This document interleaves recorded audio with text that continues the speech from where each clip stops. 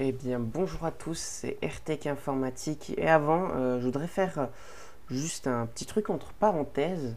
Alors oui, j'ai trouvé un autre ordinateur pour dépanner. Mais attention, je ne pourrais pas reprendre les vidéos de destruction, enfin, ce style de vidéo, parce que j'ai un PC qui n'est pas très puissant là, pour dépanner. Enfin, c'est vraiment un vieux PC, un petit PC pour dépanner. Donc voilà. Sinon, bonne vidéo. Eh bien bonjour à tous, c'est RTech Informatique et donc aujourd'hui nous nous retrouvons dans une nouvelle vidéo dans laquelle je vais vous montrer comment créer une machine virtuelle. Alors il y a beaucoup de personnes qui m'ont demandé comment on faisait pour avoir une machine virtuelle suite à mes vidéos destruction. Voilà, et du coup je vais vous montrer comment le faire. Alors attention, si jamais vous voulez vous faire une machine virtuelle pour faire des destructions, installer des virus et tout, il vous faudra être isolé, c'est-à-dire vous faire un truc isolé, c'est-à-dire avant d'installer le virus, couper la carte réseau, enfin regarder un peu les dossiers de partage, tout ça, voilà, pour éviter que vous ayez des problèmes par la suite. Alors, je vais vous montrer aujourd'hui comment on installe le logiciel VirtualBox. Alors pourquoi VirtualBox ? Parce que VirtualBox, il est facile d'utilisation, il est disponible sur tous les OS et il est gratuit contrairement à VMware. VMware est plus pour le monde professionnel. Donc commençons. Donc tout d'abord, télécharger VirtualBox, le logiciel qui va nous permettre de virtualiser notre PC. On va tout d'abord se rendre sur internet et aller sur le site de VirtualBox. Alors les liens seront en description. Alors vous allez taper VirtualBox sur votre barre de recherche. Et ensuite ici, vous allez vous rendre sur Windows Host, ici. C'est l'exécutable pour télécharger sur Windows. Alors si vous êtes sur macOS, Linux ou autre, vous pouvez bien évidemment télécharger pour la distribution Linux ou alors pour les hosts macOS X. Donc vous allez cliquer sur le bouton et donc ça va vous lancer le téléchargement. Ensuite, le téléchargement fait, vous aurez du coup un exécutable comme ceci et du coup vous allez le lancer. Donc vous acceptez les contrôles de compte utilisateur et donc vous allez attendre que ça s'installe. Donc ici vous allez faire suivant et là vous pouvez décocher créer un raccourci sur le bureau si jamais vous aimez bien avoir un bureau clean un peu comme moi. Sinon vous pouvez très bien vous faire un raccourci, hein. Moi j'aime pas trop les icônes sur le bureau. Donc ici on aura un avertissement, VirtualBox va réinstaller la carte réseau. C'est la carte réseau qui va être dédiée aux machines virtuelles du coup. Donc vous allez faire oui et installer. Donc ici, donc je sais pas si l'enregistrement bug, si ça va. Donc ici vous allez vous tomber sur une fenêtre d'installation des drivers. Alors c'est pour pouvoir connecter du coup de l'USB sur vos machines virtuelles, c'est-à-dire de faire passer votre clé USB sur une machine virtuelle ou alors votre carte réseau pour qu'il puisse se connecter à internet. Alors là ça va être très simple, vous cliquez sur installer et c'est tout ce que vous aurez à faire. Alors vous aurez d'autres invites, hein, installer la carte réseau. Ici vous allez faire aussi installer et donc vous pouvez faire démarrer VirtualBox et l'exécutable vous pouvez le supprimer. Vous allez tomber sur une interface comme ceci. C'est l'interface où vous allez vous retrouver avec vos machines virtuelles sur le côté et la possibilité de ajouter, de créer ou d'exporter des machines virtuelles. Alors tout d'abord, c'est un truc que je fais moi, exceptionnel, vous n'êtes pas obligé. C'est dans Fichier,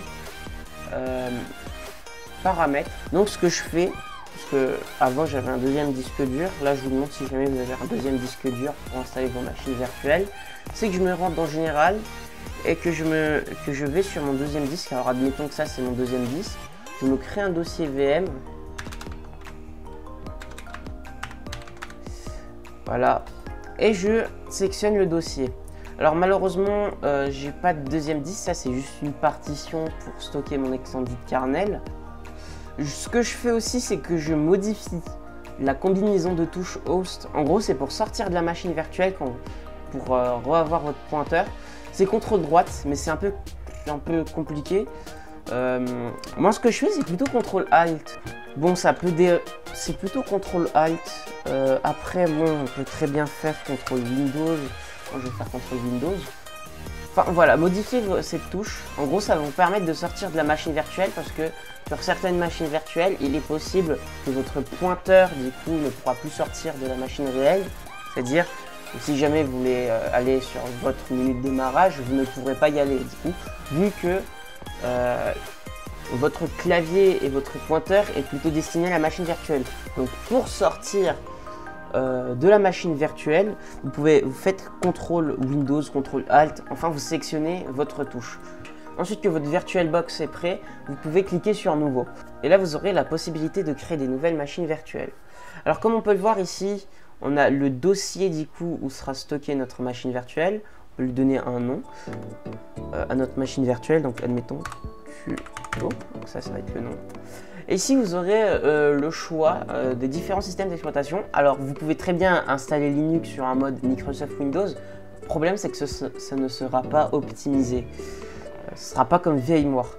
Donc pour que votre VM soit plus optimisé sur Linux par exemple, c'est mieux que vous sélectionnez Linux et votre distribution telle que, je sais pas, admettons Fedora.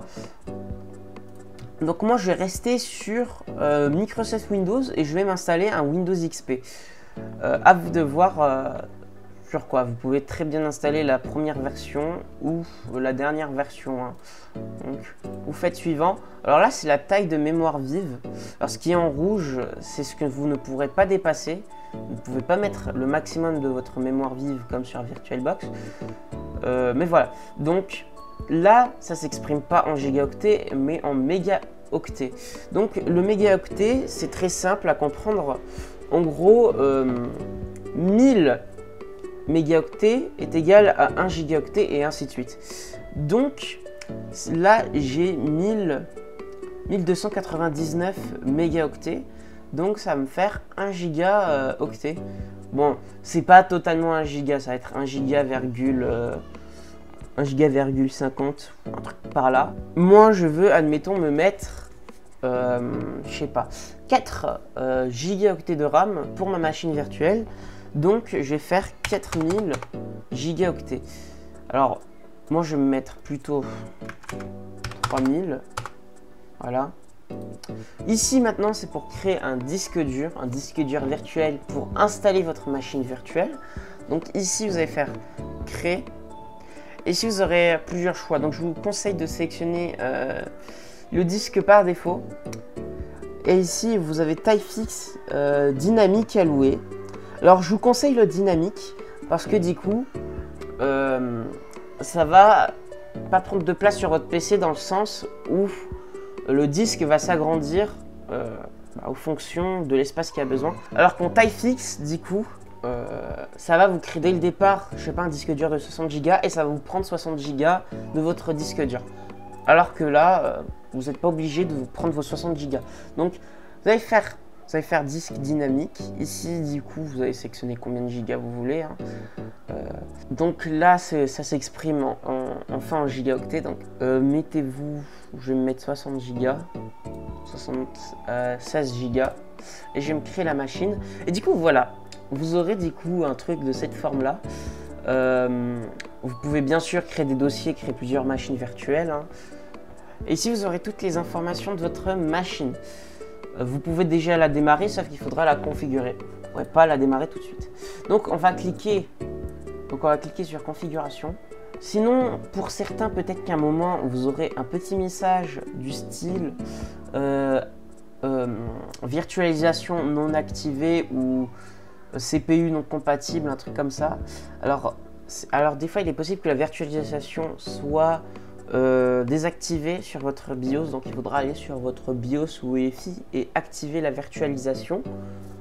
Normalement tous les PC devraient l'avoir, enfin tous les PC ayant l'option Hyper-V.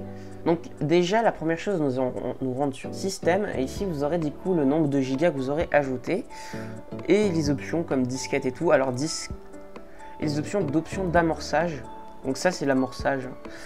Et donc déjà la première chose qu'on peut faire c'est mettre en amorçage disque optique, vous allez voir après, et désactiver disquette et réseau car c'est pas des trucs qu'on va utiliser pour cette machine virtuelle. Ici ça va être le chipset, alors vous laissez le chipset par défaut. On va laisser table USB. D'ailleurs, si jamais vous voulez vous mettre en UEFI, il est possible pour les OS spéciaux. Hein, donc, c'est que pour Windows 10 et Windows 11. Donc processeur, ici vous aurez l'option d'ajouter plus ou moins de cœurs. Donc moi mon processeur c'est un Docker, donc ouais c'est pas fou, hein. Avant j'avais plus de cœurs. Je peux mettre maximum 2. Alors moi j'ai resté sur un cœur pour éviter que ça rame.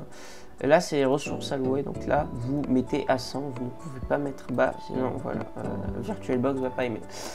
En accélération, interface de prévisualisation, alors tout dépend de votre machine. Par exemple, si vous êtes sur Windows, je vais vous conseiller de mettre Hyper-V. Si vous êtes sur Linux, je vais recommander de vous mettre en KVM. Et si vous voulez installer macOS, parce que oui c'est possible, je vais vous recommander de vous mettre en minimal. Alors nous on va installer Windows, donc on va se mettre en Hyper-V. Dans l'affichage là ça va être les ressources de votre carte graphique. Donc je vais plutôt vous conseiller de mettre en maximum niveau mémoire vive vidéo pour pas que ça rame. Dans le stockage ici ça va être le disque virtuel, donc le disque qu'on s'est ajouté. Là on est sur un contrôleur IDE, mais ça peut être très bien contrôleur SATA. Et ici vous aurez le choix d'ajouter un deuxième disque dur virtuel, ou alors d'ajouter un contrôleur SATA. Alors tout dépend de votre système d'exploitation, de l'optimisation que vous voulez faire. Enfin nous on va rester sur IDE pour Windows XP. Et ici dans vide, c'est là où on va mettre notre ISO, notre image ISO. Donc ici je vais vous montrer après ce qu'il faudra faire pour l'ISO. Dans son, ce sera du coup la carte son, si vous mettre sur les pilotes, donc vous laissez quand même par défaut, enfin là c'est le contrôleur audio, vous laissez tout par défaut, hein, c'est recommandé. Ici ça va être du coup l'interface de réseau, alors en général c'est NAT, mais vous pouvez très bien configurer votre machine virtuelle pour qu'il soit reconnu comme un vrai ordinateur dans votre réseau. Alors ça c'est beaucoup plus complexe, hein. Vous n'aurez pas besoin de ça j'imagine, ou alors d'un réseau privé, enfin ça va dépendre. Je vous conseille de laisser en NAT, hein. Ça c'est pas un truc qui est intéressant, les ports série. Les USB, donc ça va être, donc les USB là, ça va vous permettre d'ajouter vos vraies clés USB. Donc pour ajouter une clé USB, vous allez cliquer sur cette icône, vous allez sélectionner votre périphérique USB, donc là ma carte Wi-Fi, mais ça peut être très bien votre clavier, votre souris. Par contre attention, si vous sélectionnez votre clavier, la fameuse commande qu'on a configurée tout à l'heure ne va pas marcher, on ne pourrait plus sortir de la machine virtuelle ensuite, donc réfléchissez bien avant. Par contre pour une clé USB, c'est très bien. Donc là, on peut voir état occupé. Enfin voilà. Dossier de partage, ça vous permet de créer un dossier d'accès. Par exemple, si je veux partager des fichiers à ma machine virtuelle, des fichiers qu'il y a sur ce PC, je peux très bien créer un dossier partage, mettre des fichiers. Donc, admettons ce point texte. Donc ici, je vais sélectionner mon dossier partage, voilà, sélectionné. Par contre je vais vous conseiller de mettre en montage automatique. Donc voilà, à noter aussi qu'il faudra installer tout ce qui est les pilotes VirtualBox que je vais vous montrer après. Et l'interface utilisateur, c'est pas un truc que vous en aurez vraiment besoin, c'est l'interface de la machine virtuelle, enfin pas l'interface de Windows mais plutôt l'interface des menus sur VirtualBox. Voilà, donc c'est à vous en fait de choisir. Alors moi, j'ai plutôt sélectionné éteindre, ça va me servir. Voilà. Donc on peut cliquer OK. Donc maintenant, vous pouvez plus ou moins démarrer votre machine virtuelle, sauf que on n'a pas de média d'installation, il vous faudra une image disque. Parce que si je clique ici sur démarrer la machine, donc là je sens que OBS va pas aimer sur ce PC là, donc c'est un peu compliqué, ça a grincé un peu je crois, ou non ça va. Donc là ça va déjà vous dire où démarrer. Si vous cliquez sur démarrer, vous aurez votre machine virtuelle qui démarre. Donc là bon, l'encodeur n'est pas content, et donc ça va vous écrire faille, voilà, ça peut pas booter. D'ailleurs, la fameuse commande qui s'apparaît ici, c'est la commande qu'on a configurée tout à l'heure, ça sert à sortir de la machine virtuelle. Donc là, si je fais capturer, vous pouvez voir que je ne peux plus. Voilà, je bouge ma souris, je n'ai plus de pointeur. Donc, contrôle gauche, contrôle alt va nous servir à sortir le pointeur, comme vous pouvez le voir. Donc, on va éteindre la machine et nous allons télécharger des images ISO. Donc, bah, si vous en rendez sur votre navigateur et si vous voulez l'ISO de, admettons, Mint, Mint ISO, vous tapez votre système d'exploitation accompagné de ISO sur la barre de recherche. Donc là, le téléchargement, tout dépendra de l'OS que vous avez sélectionné. Moi par exemple, si on veut Windows XP, cette fois, vous allez plutôt le télécharger par exemple sur Crabinfo. Alors que si vous voulez Windows 10, vous allez plutôt le télécharger sur le site de Microsoft. Je vous montrerai quelques liens pour télécharger des ISO, mais attention, je ne mettrai pas tous les ISO. C'est vraiment les ISO type XP, 7, 8, 10, 11. Je ne vous mettrai pas tout. Donc voilà. Donc moi j'ai déjà des ISO qui sont installés sur ma clé USB Ventoy. Donc je vais brancher ça sur mon PC. Un ISO ça a plutôt cette forme, alors moi c'est Ventoy. Hein. Voilà, donc là j'ai toutes les ISO de Windows, hein. Enfin les ISO de Windows, mes ISO nécessaires. Donc j'ai du Mint, j'ai du Ubuntu, j'ai du Windows 7, du 10, du 11, du Vista. En gros c'est des sauvegardes de DVD. Et donc nous allons aller dans configuration, stockage, et vous allez sélectionner choisir un disk file. Donc moi du coup ça va être dans ISO et donc XP. Voilà. Et donc là, vous pouvez faire démarrer en toute tranquillité. Donc là, ça va booter sur le CD.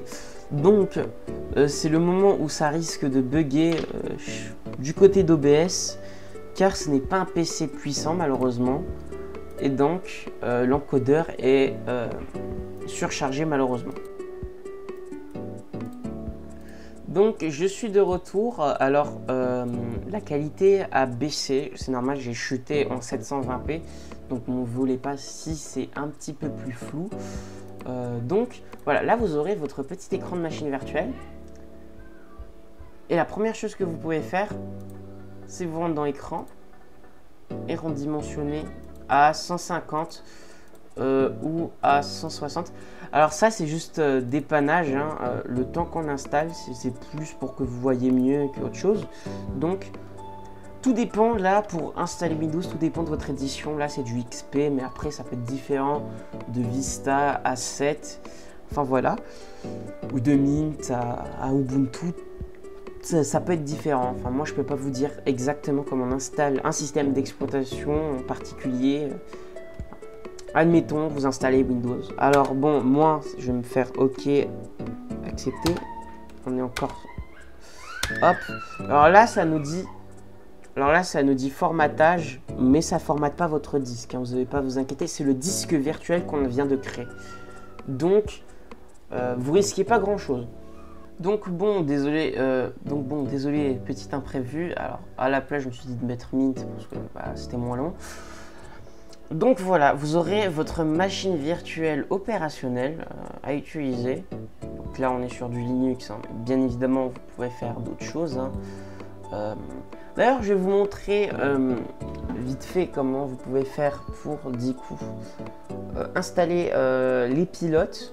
C'est simple, il faudra vous rendre sur périphérique, insérer l'image.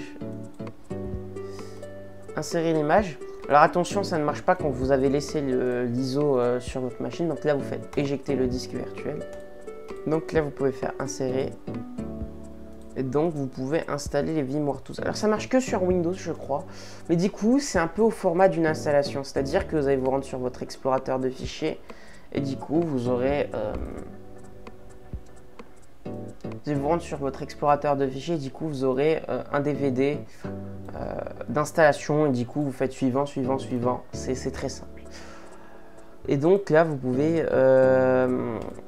fermer de cette manière avec la croix, ou alors vous pourrez bien évidemment l'éteindre depuis le bouton. C'est très simple. Donc, moi j'ai pas envie de perdre mon temps, c'est juste un tuto. Donc si jamais vous voulez supprimer une machine virtuelle, c'est très simple. Vous faites un clic droit sur la machine en question, vous faites supprimer. Supprimez là, supprimez tous les fichiers et vous n'avez plus votre machine virtuelle. Enfin voilà, c'était une petite vidéo qui était là pour vous montrer comment on installe une machine virtuelle. J'espère que ça vous a plu. D'ailleurs, n'hésitez pas à poser quelques questions dans les commentaires si jamais. C'était RTK Informatique. Nous nous retrouvons dans une nouvelle vidéo.